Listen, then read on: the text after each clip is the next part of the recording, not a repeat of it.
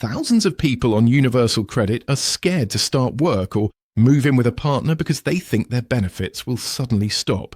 Here's the truth. They won't, but the rules can catch you out if you don't know what's coming. Get this wrong, and you could face penalties, overpayments, or lose money you're entitled to. This is one of the most common benefit worries in the UK right now. Hit that like button, subscribe for more benefits content, and comment below if you've been worried about this too. Here's what's at stake. If you start working, your universal credit doesn't just disappear overnight, but it does change. And if you move in with a partner, you're suddenly assessed as a couple, and that changes everything, from your payment amount to who can claim what. The Department for Work and Pensions expects you to report these changes within 1 month, and if you don't, they can hit you with penalties or demand money back. In this video, I'm going to show you exactly what happens in each scenario, what you need to report, and how to protect yourself. Plus, I've got a crucial insight at the end about the one benefit that catches most people out. Let's start with the big one. What actually happens when you start work? Here's what most people don't realize. Universal credit is specifically designed to let you work. Your payments don't stop the moment you start earning. They gradually reduce as you earn more. For every pound you earn above a certain amount, your universal credit goes down by 55 pence. That means you're always better off working because you keep 45 pence of every pound you earn. Now, here's where it gets interesting. If you have children or you've been assessed as having limited capability for work, you get something called a work allowance. This is a game changer because it means you can earn a certain amount each month before your universal credit starts reducing.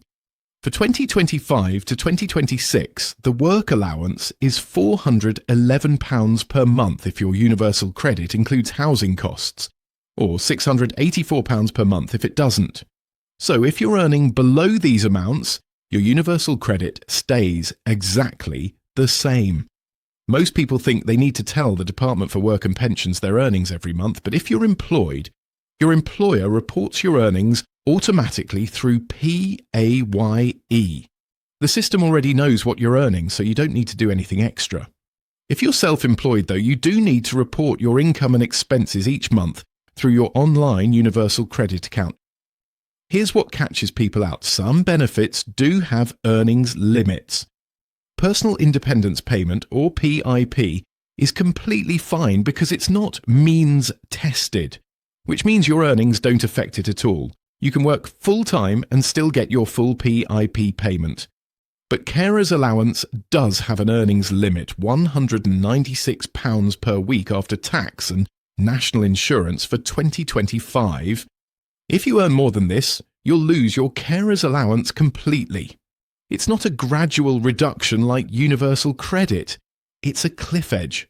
Earn £197 instead of £196. And you lose the entire benefit. Now, most people getting Carer's Allowance also claim the carer element within universal credit, which is worth £198.20 per month from April 2025. If you lose Carer's Allowance because you're earning too much, you'll also lose this carer element, so the impact is bigger than just the Carer's Allowance itself. Here's the thing about work and benefits. You must keep your work coach updated. If your earnings change, if you get a pay rise, if you lose your job, or if you change employers, you need to report it. Not reporting changes is one of the main reasons people end up with benefit overpayments that they have to pay back. The rule is simple. Report any change in circumstances within 1 month. Moving in with a partner is where things get really complicated. The Department for Work and Pensions treats you as a household unit, not as individuals anymore. This means you must make a joint universal credit claim, and both your incomes and savings are assessed together. Here's how it works. If you're both already getting universal credit, you each need to report the change through your online accounts. You'll be given a linking code, and once you link your accounts together, your individual claims end and a joint claim begins. If your partner wasn't getting universal credit before, they'll need to create an account and use your linking code to link their claim to yours.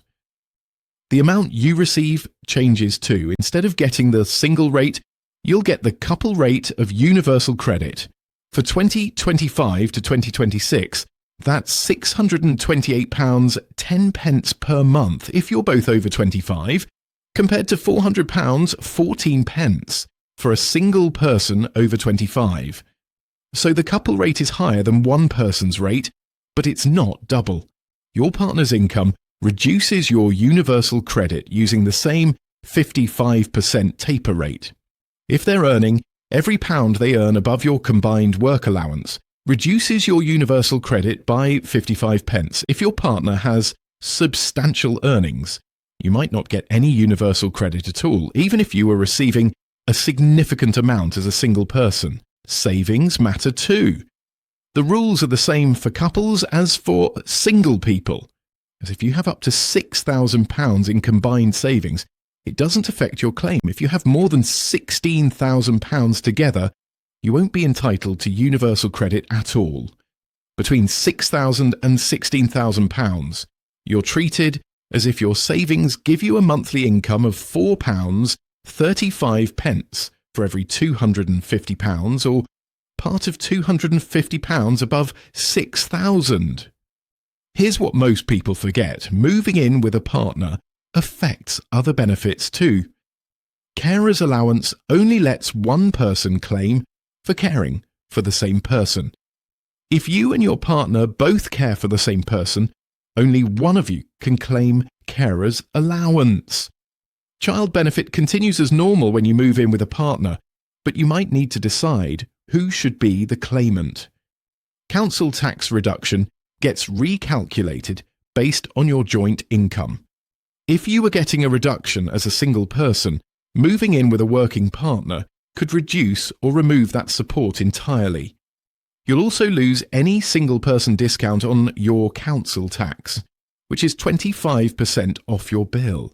If you're both of state pension age, or one of you is, pension credit gets assessed as a couple too. The couple rate is different from the single rate, and your combined income and savings are taken into account. So what actually happens when you report these changes? Your universal credit is assessed monthly. So changes usually take effect from your next assessment period.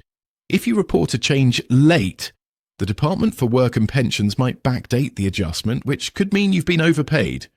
Overpayments must be repaid, and the Department for Work and Pensions can deduct up to 15% of your universal credit each month to recover the money.